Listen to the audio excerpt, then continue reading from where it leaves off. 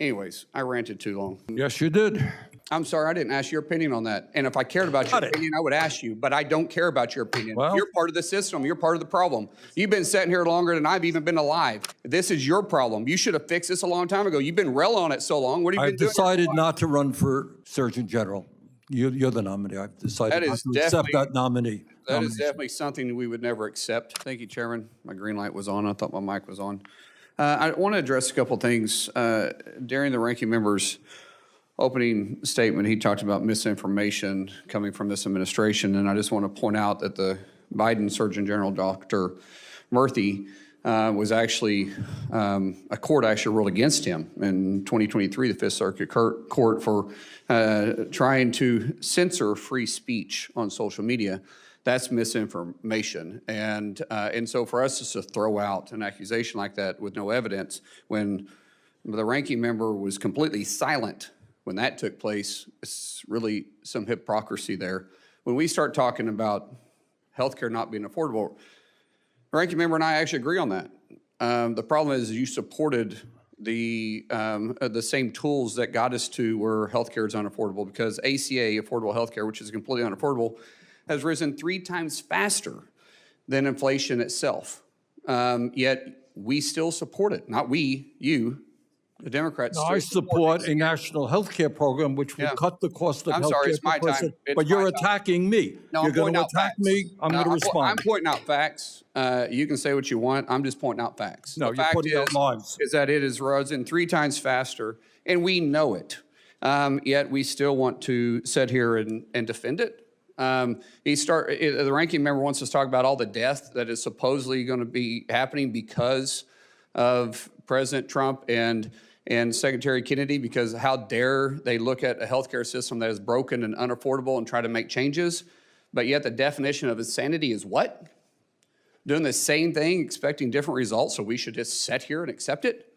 And how dare we look into vaccines to just simply look to see if maybe vaccines may be a partial cause to autism when it's rising at a rate faster than any country in the nation?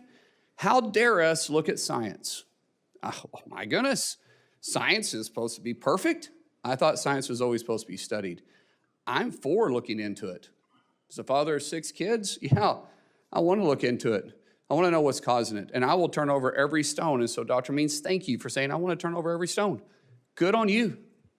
I'm not a doctor. I'm not sitting here trying to say we shouldn't do something. I'm saying let's go after it. Let's look at it. Let's question what we're doing. Let's look at the healthcare system. We can agree on that one. I just don't want to socialize it. But we can agree that it is absolutely not affordable, 100% not affordable. Yet it was supposed to be affordable. That's what we were sold by Obamacare. So how about we work together and say, hey, so scrap ACA, admit it doesn't work, admit you guys made a mistake, and let's work at something with President Trump to make affordable health care healthy and affordable for everybody. But there's zero chance you guys could do that. Zero chance. Yet everybody we bring up here, you guys chastise for trying to make changes. God forbid we change and go after and try to fix our broken system. Anyways, I ranted too long. Let's talk about some... Yes, you did. I'm sorry, I didn't ask your opinion on that. And if I cared about your opinion, I would ask you, but I don't care about your opinion. Well, you're part of the system. You're part of the problem. You've been sitting here longer than I've even been alive. This is your problem. You should have fixed this a long time ago. You've been railing on it so long. What have you been doing? I've decided not to run for Surgeon General. You're the nominee. I've decided not to accept that nominee. That is definitely something we would never accept. Ma'am, what's your passion about health care? What brought you into this? Thank you, Senator Mullin. For all of us, I'm just going to take a deep breath.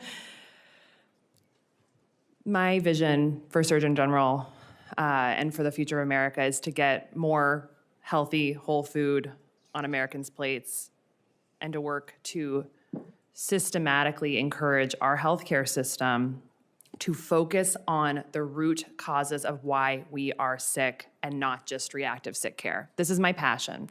This is why I was put on this earth. We have an incredible healthcare system. It's amazing. It's produced miracles. If we have an acute issue, absolutely you want to be in America to get that fixed. But 90% of healthcare costs are now going to chronic diseases.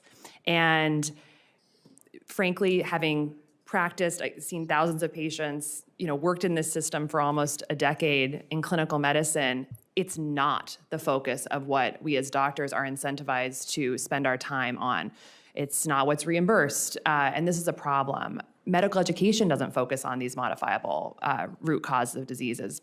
The science is showing us through amazing emerging work in systems biology and network biology that the physiologic causes of the vast majority of diseases that are taking American lives and torturing and shortening our lives, even in our children, are connected by shared physiology and shared root causes. We need to upgrade the paradigm of the American healthcare system to educate and treat in that way. It is by far the most efficient way to treat, of course, because if we're addressing shared root causes, we're going to be able to stop the whack-a-mole medicine that's not working for us and that is so costly. And so my passion is to help work with the AMA, work with medical schools, work with Democrats, Republicans, all sorts of agencies across the government to ensure that we really move the needle on shifting the American healthcare system towards root causes. I know we can do it. There's political will. It's what Americans want. Even the medical schools are on board, but we need a vision to get there. Thank you. Senator Murray. Thank you, Mr. Chairman. Thank you, Dr. Means, for being here. Let me start with this. You called birth control pills, and I'm going to quote, a disrespect of life, and you said Americans, quote, use birth control pills like candy. You also claimed, contrary to established science, that hormonal birth control has, quote, horrifying health risks for women. Now, here are the facts.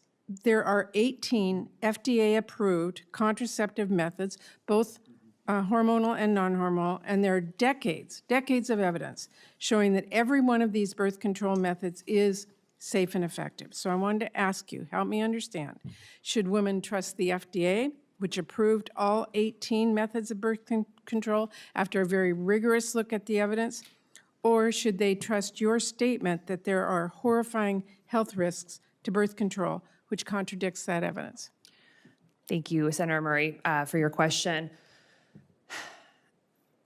I'm curious if you're aware of what the side effects of hormonal contraception are. I'm curious if you are with the FDA that went through all of these and rigorously looked at them, or as Surgeon General, if you're going to tell the truth to the American people. I absolutely believe these medications should be accessible to all women.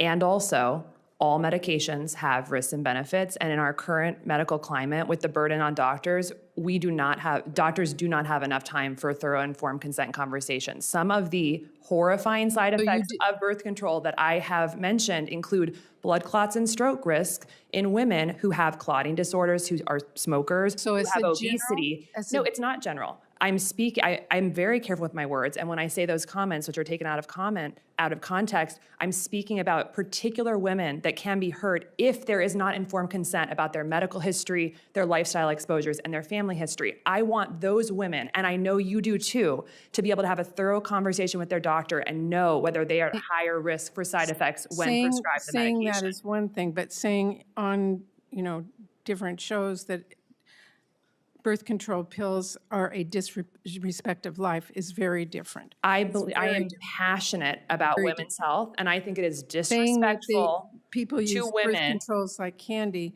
is very different than what you just said. We prescribe a huge amount of hormonal contraceptive, and I do not believe most of those conversations have informed consent because of the pressures that doctors are under because of our broken healthcare system.